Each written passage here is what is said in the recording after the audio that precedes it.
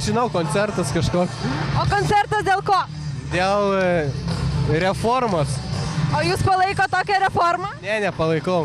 O tai kodėl koncerte tada? Kaip? O tai kodėl tada koncerte? Nu tai aš esu prieš šitą reformą. Taip. Labą dieną. Ką čia veikia?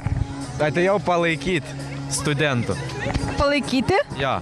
Tai jūs esat už reformą? Ne, šiaip aš su visais prieš reformą, tai aš studentus palaikau.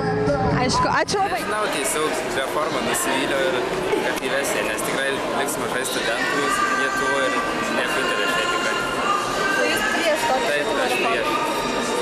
Pasakyt, iš tikrųjų, labai daug diskusijų vyko apie reformas ir mes vakar net iki nakties kalbėjom apie tai, kas čia vyksta šiandieną.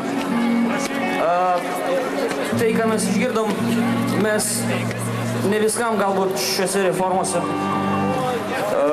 kaip ir pritarėm, nes yra minusų. Mes esame iš Barakelte ir norėjau paklausti, kas čia vyksta. Na, čia toks jaunatviškas smagus susibūrimas ir kas yra, man atrodo, reta mūsų padangėje, už kažką, o ne prieš. O čia yra už ką?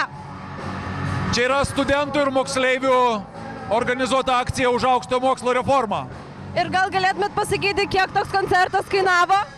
Negalėčiau, nes ne aš esu organizatorius.